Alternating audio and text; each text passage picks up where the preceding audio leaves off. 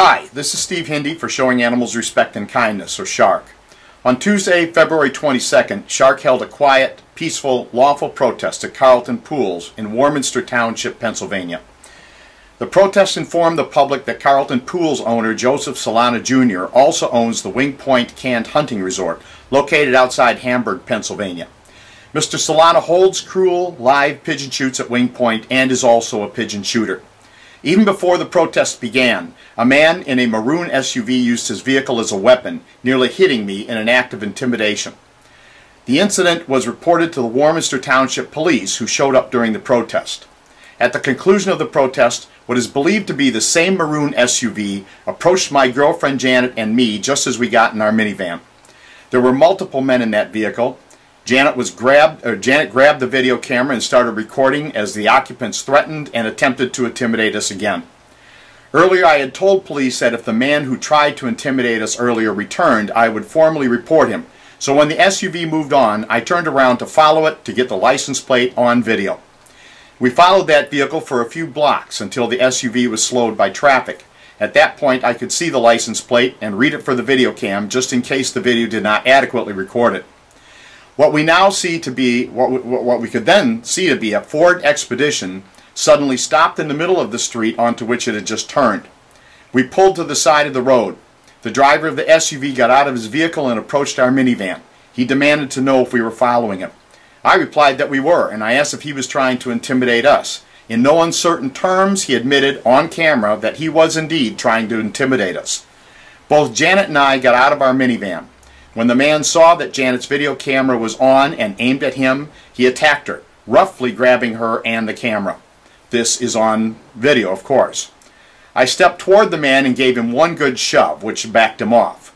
He then pulled a handgun out of his jacket pocket in the middle of a public street, quite literally, in broad daylight, right next to a post office and other shops.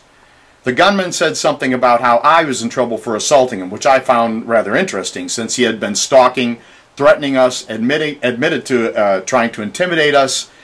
He assaulted Janet, and now he pulled a handgun.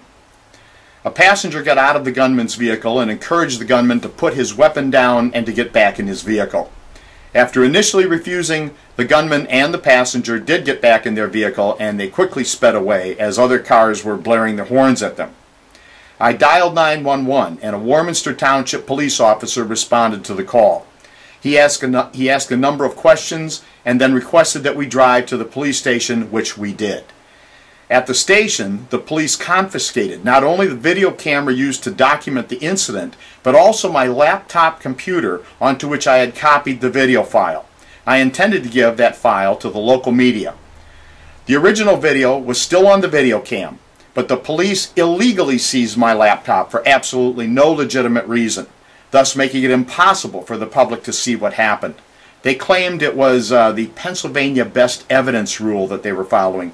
That was nonsense. The Best Evidence Rule says that the courts want the most original evidence that they can get, which of course was in the camera.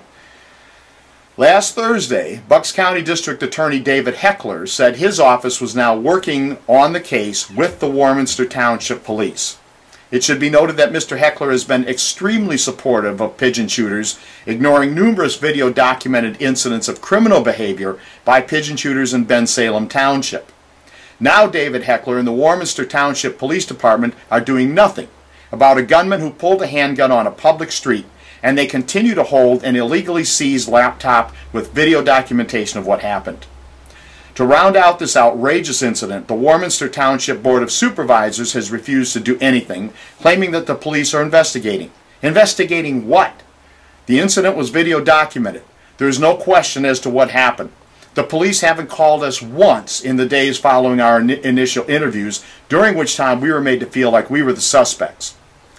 Usually we would have video documentation to prove whatever we say, and hopefully we will eventually get our video documentation back, at which time we will certainly post it. That's how SHARK works.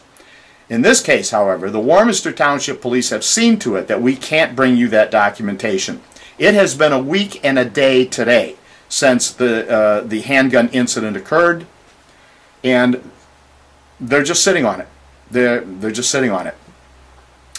We will bring you the video as soon as or if the Warminster Township Police and the Bucks County District Attorney decide to do their jobs. Meanwhile, you may want to keep your head low if you are in Warminster, because there's a maroon Ford Expedition with a gunman running around, and he's apparently in tight enough with the officials there that he and his thug friends can get away with anything. I challenge the Warminster Township Police, the Warminster Township Board of Supervisors, and Bucks County District Attorney David Heckler to stop stonewalling this case and start protecting the people who pay their salaries. Otherwise, resign, so the people who are serious about public service can step in and get the job done. A week and a day since a guy pulled a handgun on a public street, nothing has happened. He hasn't been arrested.